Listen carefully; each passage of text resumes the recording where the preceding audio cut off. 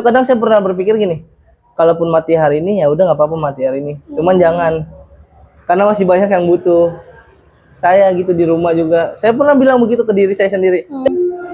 Hai sahabat kompas.com. Halo guys, Hari ini saya Sena Olivia, video jurnalis kompas.com bersama Mas Muhammad Dendi Fadilah, Damkar dari Pos Pemadam Kebakaran Tanah Abang. Yeay. Saya sama Mas Dendi mau ngobrol-ngobrol nih lebih lanjut soal mobil pemadam kebakaran. Isinya juga ya kayak. Betul, serta isinya dan ngerasain sensasi gimana rasanya masuk mobil damkar. Oke. Ini tolong diajarin ya Mas ya. Oke, baik Kak Sena. Bye.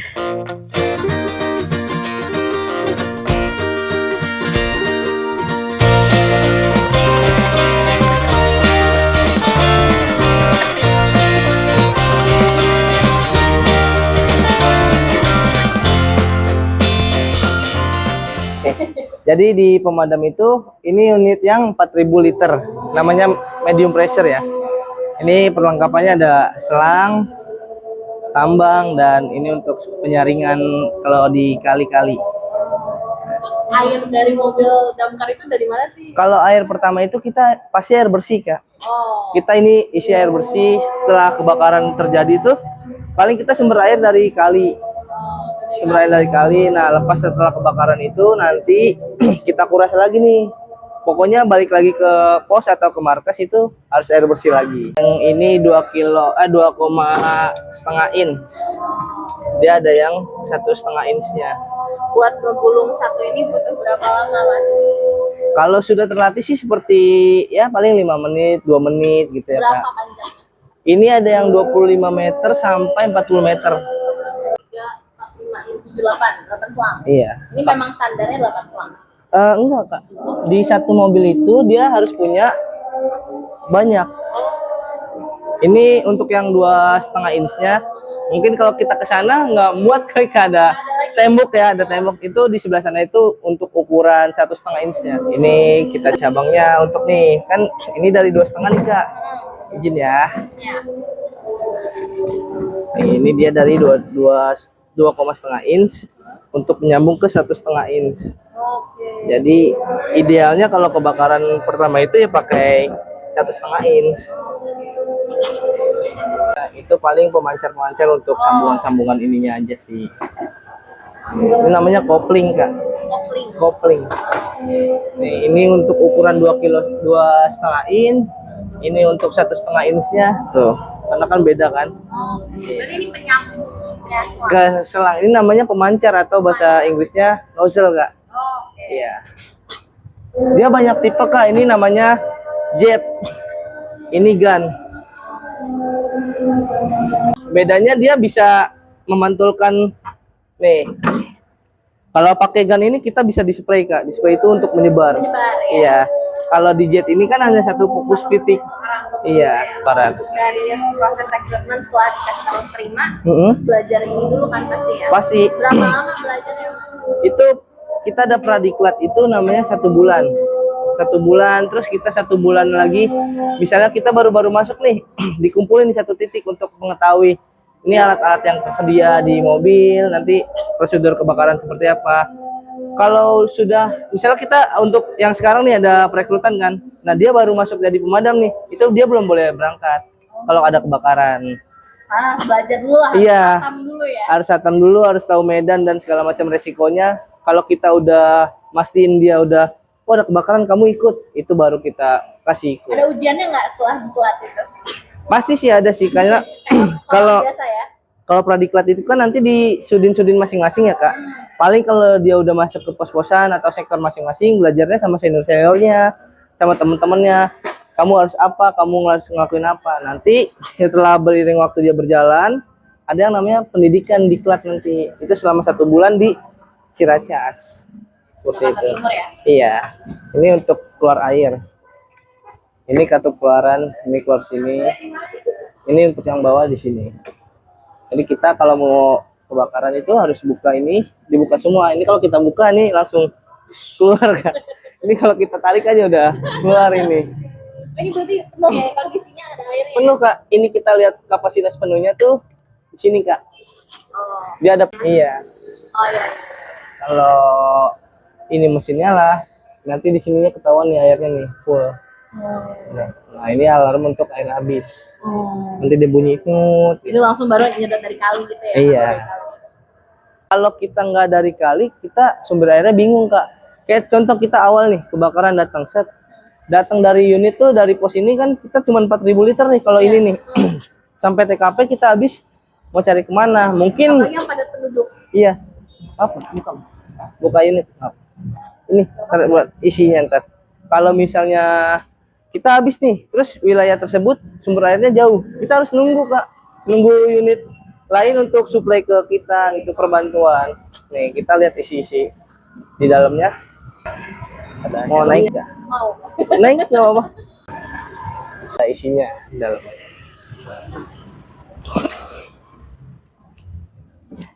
Persiapan. Mobil damkar. Ini senjata kita kalau evakuasi atau kebakaran di dalam gedung. Buat respirasi ya? Iya, namanya self contained breathing apparatus atau SCBA.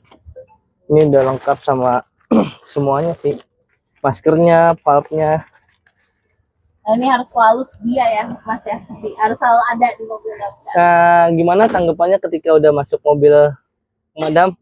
Dingin ya kak? Iya, dingin. Dingin banget kan? Belum berjuang di jalanan nanti euforia sama pengguna jalan yang lain yang nggak mau ngalah atau segala macem.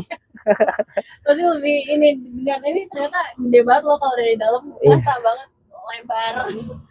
Apalagi kalau jalannya lagi macet ya Mas. Kita harus ekstra sabar sih kak. Walaupun kita udah pakai sirine, tapi kan namanya masyarakat kita ada yang baik, ada yang gimana gitu kan. Iya. Jadi ya kalau saran saya sih kalau ketika ada kejadian kebakaran nih, masyarakat harus lebih sadar kita kalau di jalanan gitu. Karena kan kita juga udah ada undang-undangnya nomor sekian, nomor sekian. Saran saya buat masyarakat lebih peka, lebih pekat. Misalnya kita ada kejadian kebakaran atau kejadian evakuasi lainnya. Cuman saya bangga sih sama masyarakat sekarang untuk kepercayaannya ke pemadam dan apresiasinya ke pemadam. Saya udah bangga sama masyarakat yang sekarang sih. Oke, siap. Nah, sekarang mau coba naik ke atas ini. Buat coba lihat Isi saluran tangki isi air. tangki ya. Iya. Oke. Iya, isi air. Dia adanya di tangki sini nih kak. Oke. Oh. Kolam renangnya pemadam nih kak. Ini 4.000. 4.000 liter 4.000 liter. kapasitasnya. Tenggelam kali ya kalau masuk sini. Tenggelam. Tenggelam kan? 2-3 meter kayaknya nih kak. Oh, Lumayan. dalam itu. Dalam. Makanya kita kalau mau nguras itu dalam keadaan setengah ataupun bener-bener. Berapa lama Kosong. ngisi ini sampai penuh dari kosong? Kalau kita kan biasanya ngisinya tuh di hidran-hidran kota ya kak. Ah. Paling kita 1 jam bisa. Bisa penuh, penuh 1 ya? jam 2 jam ya. Ini water cannonnya. Jadi ketika misalnya genting banget nih, udah aja kita langsung dari ini untuk ke nyiram ke atasnya. Ini kan karena situasi genting aja ya kak. Kalau Berarti nggak selalu dipakai ya? Iya. Ini juga ada tangga. Ini tangga untuk kalau kebakaran gedung atau apa kita pakai tangga. Di setiap mobil pemadam atau di setiap unit pemadam itu memiliki tangga masing-masing sih kak. Terus ada ganco namanya. Ini gancok. Iya. Terus ini ada. Ini buat apa fungsinya? Ini untuk kalau kita di TKP nih, Hah? ini menjebol atas Oh. genteng gitu, genteng-genteng yang Iya, susah. iya, iya.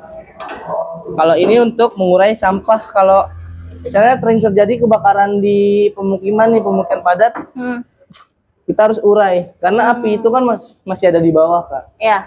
Kok kita lama gitu ya, kita urai dulu sampai benar-benar tidak ada titik api, baru kita bisa pastikan untuk pulang. Oh. Ini gambaran kita kalau di jalanan nih. Kalau di atas seperti ini kak. Kita di atas unit. Kadang ada underpass atau apa ya kan. Kita harus sebisa mungkin menghindar. Apalagi kan kayak kabel-kabel itu. Kita udah nggak diperbolehkan lagi di atas. Sebenarnya kalau untuk berangkat kebakaran. Mas ini kan tinggi banget ya. Iya. Ini kalau misalnya ada nggak damkar yang takut ketinggian gitu? Oh itu. Makanya kita tuh di persyaratan awal tuh ada surat untuk dilarang takut untuk ketinggian, ruang sempit dan gelap. Karena kebakaran gedung pasti gelap dan kita evakuasi juga pasti sempit kan. Nah itu kita dari awal Takut tuh ruang sempit itu iya ya. udah menjelaskan dilarang takut ketinggian, ruang sempit dan gelap. Ada nggak yang bohong? Kalau ada gak yang bohong tuh pasti nanti bakal ketahuan sih Kak. Di TKP itu deh, gue takut nih gitu kan. Mungkin beda lagi kayak yang fobia gitu, kayak fobia keramaian, fobia ruang sempit, pasti dia mikirnya saya masuk kayak gitu. Tapi alhamdulillah sih di pemadam udah terbukti nggak ada sih kayak yang takut ketinggian, ruang Tapi sempit. Mas sebagai pemadam, Hmm, apa ya, orang mungkin nilainya pemadam tuh gak ada rasa takutnya sama sekali gitu.